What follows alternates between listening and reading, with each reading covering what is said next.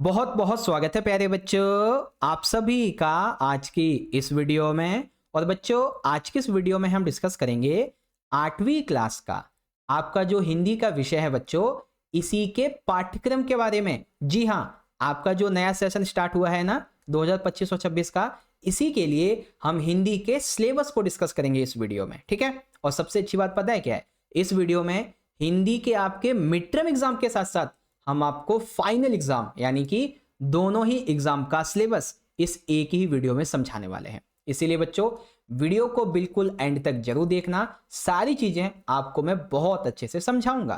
ठीक है, तो चलो बच्चों शुरुआत करते हैं। देखो, जैसा कि आप जानते हैं कि जब आप छठी क्लास में थे तो आपकी किताब का नाम था वसंत भाग 1। जब आप 7वीं में आए तो इसका नाम हो गया वसंत भाग 2। इसी तरीके से अब आप जब 8वीं क्लास में आ गए हो तो इस किताब का नाम हो गया वसंत भाग 3। आपको मैं दिखा भी देता हूं, आपकी ये वाली किताब रहेगी बच्चों वसंत भाग 3 इस तरीके से।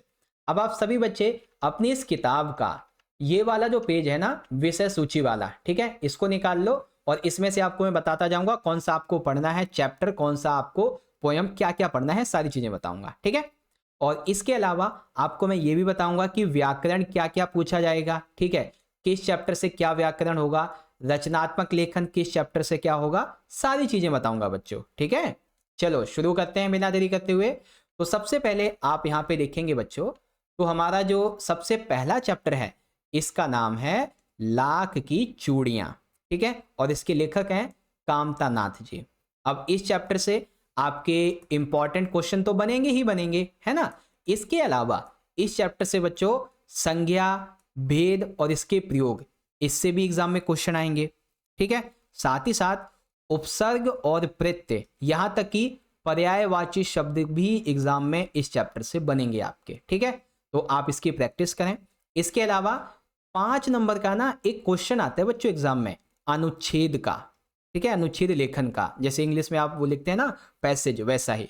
तो टॉपिक होगा मशीन युग का मानव जीवन पर क्या प्रभाव पड़ा है, इसके बारे में 5 नंबर का। ठीक है, चिंता मत करो बच्चों, आपको मैं हर एक चैप्टर के एक्सप्लेनेशन वाली वीडियोस भी दूंगा, हर एक चैप्टर के आपको मैं मोस्ट इंपॉर्टेंट क्वेश्चन भी कराऊंगा, जितने भी आपके ग्रामर हैं, व्याकरण है, वो भी करवा दूंगा। चिंता मत करो बच्चों, आपकी मैं बहुत बढ़िया तैयारी करवाऊंगा। ठीक है, तो हमारा ये हो गया पहला चैप्टर। अब आप इससे किताब में निशान लगाते जाओ, हमारा पहला चैप्टर है लाख की चूड़ियां। ठीक है, ये आपको पढ़ना है, ऐसे निशान लगा लो। ठीक है, दूसरा यहाँ पे देखेंगे बच्चों, दूसरा हमारा चैप्टर है बस की यात्रा, लेखक हैं हरिशंकर परसाई जी और ये एक व्यंग्य है। ठीक है, तो अब इस चैप्टर से देखो आपका व्याकरण क्या क्या रहेगा। व्याकरण रहेगा आपका विशेषण। ठीक है, क्या रहेगा, विशेषण पहचानना और उसके भेद को पहचानना। रचनात्मक लेखन की बात करेंगे तो इसमें क्या होगा कि आपको जो है ना अपने किसी यात्रा का अनुभव देते हुए अपने मित्र को पत्र लिखना होगा। तो बच्चों पत्र कैसे लिखना है, क्या सावधानियां बरतनी है जिससे पूरे नंबर मिले, इसके ऊपर मैं एक अलग वीडियो बनाऊंगा, चिंता मत करो। ठीक है, और देखो हर एक चैप्टर की ना वर्कशीट भी है बच्चों, जैसे कि आपका जो चैप्टर नंबर 1 है ना, इसके लिए आपकी कुल ये वर्कशीट होंगी 1 से 4 और 12 से 14। ठीक है, वर्कशीट भी दे रखी है आपकी। दूसरे चैप्टर के लिए ये वर्कशीट यहाँ पे आपकी रहने वाली है। ठीक है, तो निशान लगा लो बच्चों, आपका दूसरा चैप्टर हो गया बस की यात्रा, जो कि एक व्यंग्य है। ठीक है, चलो अब देखो यहाँ पे हमारा जो तीसरा पॉइंट है, ये कविता है दीवानों की हस्ती, भगवती चरण वर्मा जी का। अब इस कविता से आपको क्या करना होगा, जो क्रिया होती है, क्रिया, इस शब्द की सूची बनानी है, क्रियाएं क्या होती हैं, फिर आपको शब्दों का पर्यायवाची निकालना होगा। जैसे कि इस कविता में एक शब्द है उल्लास, उल्लास का पर्यायवाची है खुशी, हर्ष, प्रसन्नता। तो ऐसे शब्द आपको इस कविता से निकाल के लिखने होंगे। ठीक है, पर्यायवाची शब्द। और आपकी वर्कशीट आपकी ये 3 रहेंगी इस कविता के लिए। ठीक है, तो निशान लगा लो, कविता पढ़नी है आपको दीवानों की हस्ती। ठीक है, अगली हमारी कविता का नाम है बच्चों भगवान के डाकिए, इसके लेखक हैं रामधारी सिंह दिनकर। अब देखो इस कविता से हमारा व्याकरण क्या होगा, व्याकरण में हमें लिंग व वचन के अनुसार इसका वाक्य में परिवर्तन का अभ्यास करना है। ठीक है, बाकी रचनात्मक लेखन में देखो आपको ना अनुच्छेद लेखन करना होगा। किस मामले में, संसार जो संचार है यानी कि कम्युनिकेशन, इसके पारंपरिक और आधुनिक माध्यमों की उपयोगिता के ऊपर, और वर्कशीट आपकी ये रहेंगी। चलिए आगे बढ़ेंगे बच्चों। अब एक बार किताब में निशान लगा लेंगे। भगवान के डाकिए, ये कविता आपको पढ़नी है। ठीक है, अब देखो यहाँ पे क्या लिखा है, केवल पढ़ने के लिए, यानी कि इससे आपके एग्जाम में क्वेश्चन नहीं बनेगा। ये सिर्फ आपकी मर्जी के लिए है कि आप पढ़ना चाहें तो पढ़ सकते हैं। कदम मिलाकर चलना होगा, यानी कि देखो लिखा हुआ भी है, कदम मिलाकर चलना होगा। ये कविता है केवल और केवल पढ़ने के लिए, यानी कि एग्जाम में इससे क्वेश्चन नहीं बनेगा। ठीक है, चलिए बच्चों अगला देखेंगे। तो अगला हमारा जो अध्याय है, जो चैप्टर है, क्या निराश हुआ जाए, हजारी प्रसाद द्विवेदी जी का। अब इसमें देखो व्याकरण क्या है हमारा, व्याकरण है समास, और समास होगा आपका द्वंद्व समास। ठीक है, द्वंद्व समास के बारे में आपसे इससे पूछा जाएगा। इसके अलावा इस चैप्टर से आपका अनुच्छेद लेखन आएगा। ठीक है, क्या आएगा, अनुच्छेद लेखन। और इस चैप्टर से आपका एक पत्र लेखन आएगा। ठीक है, किसको लिखना होगा, लोक निर्माण विभाग को, कि आपके इलाके की जो सड़क व्यवस्था बहुत खराब हो गई है, जिससे दुर्घटनाएं होती रहती हैं या संभावना है, तो उसके समाधान के लिए लोक निर्माण विभाग को पत्र लिखना। तो आपको मैं बताऊंगा अनुच्छेद लेखन कैसे करना होता है, पत्र कैसे लिखना होता है, सारी चीजें बताऊंगा। इस चैप्टर के लिए आपकी वर्कशीट ये वाली रहेंगी। ठीक है, तो निशान लगा लो, ये है क्या निराश हुआ जाए, ये आपको पढ़ना है।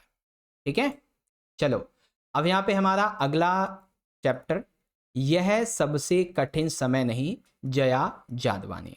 अब इसमें देखो हमारा व्याकरण क्या है, व्याकरण है बच्चों इस चैप्टर से मुहावरे, मुहावरे का अर्थ और इनका वाक्यों में प्रयोग, और योजक चिन्ह का प्रयोग भी। ठीक है, और रचनात्मक लेखन क्या है बच्चों इस चैप्टर से, रचनात्मक लेखन ये है कि जीवन में आने वाली चुनौतियों का सामना करने के उपाय बताते हुए अपने छोटे भाई बहन को पत्र लिखना। ठीक है, और ये आपकी वर्कशीट हो जाएंगी।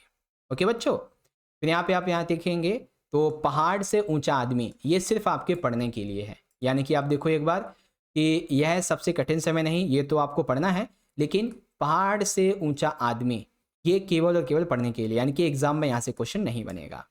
ठीक है, चलिए और थोड़ा सा आगे बढ़ेंगे। अब है अगला वाला, ये हमारी कविता है बच्चों, कबीर की साखियां, कवि हैं कबीर जी। अब ये थोड़ा सा अच्छा है क्योंकि इसमें व्याकरण में कई सारी चीजें हैं, जैसे कि तत्सम तद्भव जो शब्द हैं इनका अंतर्बोध। ठीक है, देशज और बोलचाल भाषा में उच्चारण। ठीक है, जीवन मूल्यों पर आधारित कुछ आपकी प्रैक्टिकल वगैरह, और ये आपकी वर्कशीट हो जाएंगी।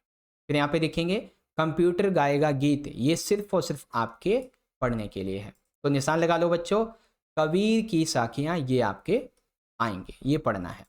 ठीक है, अब नोट देखो, नोट क्या है बच्चों कि उपरोक्त पाठ्यक्रम 6 सितंबर 2025 तक पूरा हो जाना चाहिए। यानी कि ये जितने भी चैप्टर अभी तक आपको मैंने बताए हैं, ठीक है, चैप्टर 1 2 3 4 5 6 7 चैप्टर कविताएं, ये सारी की सारी आपकी मिड टर्म एग्जाम के लिए हैं। ठीक है, किसके लिए बच्चों, आपके जो मिड टर्म एग्जाम होंगे ना सितंबर अक्टूबर के मंथ में, ये उसके लिए है। ठीक है, और जो आपके फाइनल के एग्जाम होंगे, ठीक है, फाइनल के एग्जाम में जो मिड टर्म के चैप्टर और पोएम है वो तो आएंगी ही आएंगी, आगे के और ऐड होंगे इसमें। ठीक है, अब क्या क्या ऐड होंगे तो वो भी देखो। अब यहाँ पे आपका ऐड हो जाएगा, अगली कविता है हमारी सुदामा चरित नरोत्तम दास जी का। ठीक है, इसके अंतर्गत अतिशयोक्ति अलंकार, इसके प्रयोग और पहचान। ठीक है, रचनात्मक लेखन में देखेंगे सच्ची मित्रता पर आपको अनुच्छेद लिखना, अपने मित्र के सहयोग और समर्थन के लिए आभार प्रकट करना, और ये आपकी वर्कशीट हो जाएगी इसके लिए। तो देखेंगे यहाँ पे इसका ना मैं पेन चेंज कर देता हूँ, जिससे आपको लगेगा कि हाँ मिड टर्म का ऊपर हो गया, और ये अब आपका हो जाएगा फाइनल के लिए। ये वाला तो आएगा ही मिड टर्म का सारा सिलेबस फाइनल में, फाइनल में और आएगा आपका, जैसे सुदामा चरित ये कविता आएगी आपकी। ठीक है, फिर आता है बच्चों हमारा नौवा वाला, जो कि है जहां पहिया है। ठीक है, जहां पहिया है। अब इसमें आएगा आपका विलोम शब्द उपसर्ग प्रत्यय। ठीक है, एक पत्र लिखना अपने मित्र को कि आपने साइकिल चलाना कैसे सीखा है, अनुच्छेद लेखन महिला सशक्तिकरण के बारे में, और इसकी वर्कशीट ये रहेंगी। पिता के बाद ये सिर्फ आपके पढ़ने के लिए है। ओके, तो जहां पहिया है ये आएगा आपका, इस एग्जाम में क्वेश्चन नहीं बनेगा। ओके, चलो अगला है बच्चों हमारा 10वां चैप्टर, अकबरी लोटा। ठीक है, और इससे बेसिकली जो कारक चिन्ह है इनका अभ्यास वगैरह, मुहावरे, लोकोक्तियाँ आएंगी इससे। ठीक है, पाठ से अपने प्रिय पात्र की विशेषता लिखना है ना, और ये आपकी वर्कशीट होंगी इस चैप्टर के लिए। बाकी आगे देखेंगे तो ये रहा आपका अकबरी लोटा। ठीक है, आगे आ जाओ, सूर के पद। ठीक है, यानी कि सूरदास जी के पद ये हैं इसके, इसमें पर्यायवाची शब्द को पहचानना आपको आना चाहिए। ठीक है, और अपने छोटे भाई बहनों को बाल सुलभ चेष्टाओं के मामले में इस कविता का लेखन करना है ना, इस कविता को दोबारा से अपनी तरफ से लिखना, और ये वर्कशीट हो गई आपकी। ठीक है, यहाँ पे देखेंगे तो ये रहा आपका सूरदास के पद। आगे आता है बच्चों हमारा अगला चैप्टर, जो कि है पानी की कहानी, रामचंद्र तिवारी जी द्वारा लिखित। ठीक है, पानी की कहानी। अब इस अध्याय से क्या क्या आएगा बच्चों देखेंगे तो इससे द्वंद्व समास आएगा, अनुच्छेद लेखन आएगा आपका, और ये वर्कशीट हो गई। बाकी ये तो आपका पढ़ने के लिए है। फिर आता है सबसे आखिरी चैप्टर, बाज और सांप, निर्मल वर्मा जी का। ठीक है, इससे क्या क्या आएगा बच्चों, तो इससे संज्ञा शब्द, ठीक है, भेद, मुहावरों का प्रयोग और प्रत्युक्त शब्दों की सूची। इसके अलावा यहाँ पे ये आपकी वर्कशीट हो जाएगी। ठीक है, तो ये हो जाएगा बाज और सांप। तो ये हैं बच्चों आपके कुल जो चैप्टर वगैरह हैं पढ़ने के लिए। दोबारा बता देता हूँ बच्चों, ध्यान से सुन लो एक बार दोबारा से। चैप्टर 1 2 3 4 5 6 7 ये सारे के सारे आपके मिड टर्म के एग्जाम के लिए हैं। ठीक है, मिड टर्म के एग्जाम के लिए, और ये मिड टर्म के अलावा फाइनल एग्जाम में भी आएंगे। फाइनल एग्जाम में 8वां 9वां 10वां 11वां, ठीक है, 12वां 13वां ये आएंगे। ठीक है, तो इस तरीके से आपका ये सिलेबस यहाँ पे रहेगा। तो फाइनली बच्चों हम सभी ने मिलके पिछले 12 से 13 मिनट के अंदर अपना सिलेबस यहाँ पे समझ लिया है। अब बच्चों आपको ये वीडियो अच्छी लगी है तो इस वीडियो को ज़्यादा से ज़्यादा लाइक जरूर करें बच्चों, क्योंकि देखो आपका ना एक एक लाइक हमें बहुत ज़्यादा मोटिवेट करता है बच्चों ऐसे ही वीडियोस को बनाते रहने के लिए। तो लाइक जरूर करें, अपने सभी दोस्तों में इसे ज़्यादा से ज़्यादा शेयर करें, और अगर आप हमारे चैनल पे पहली बार आए हो तो जल्दी से चैनल को सब्सक्राइब करके बेल नोटिफिकेशन को ऑल पे सेट कर देना। इससे पता है क्या होगा, जब भी हम कोई नई वीडियो अपलोड करेंगे तो उसकी नोटिफिकेशन आपके फ़ोन पे जल्दी आ जाएगी और आपकी तैयारी बेहतर होगी। ठीक है, तो चलो बच्चों मिलते हैं आपसे अगले विषय की सब्जेक्ट के सिलेबस के साथ। तब तक के लिए पढ़ते रहिए और अपना ख्याल रखिए। बहुत बहुत धन्यवाद। जय हिंद, जय भारत, वंदे मातरम।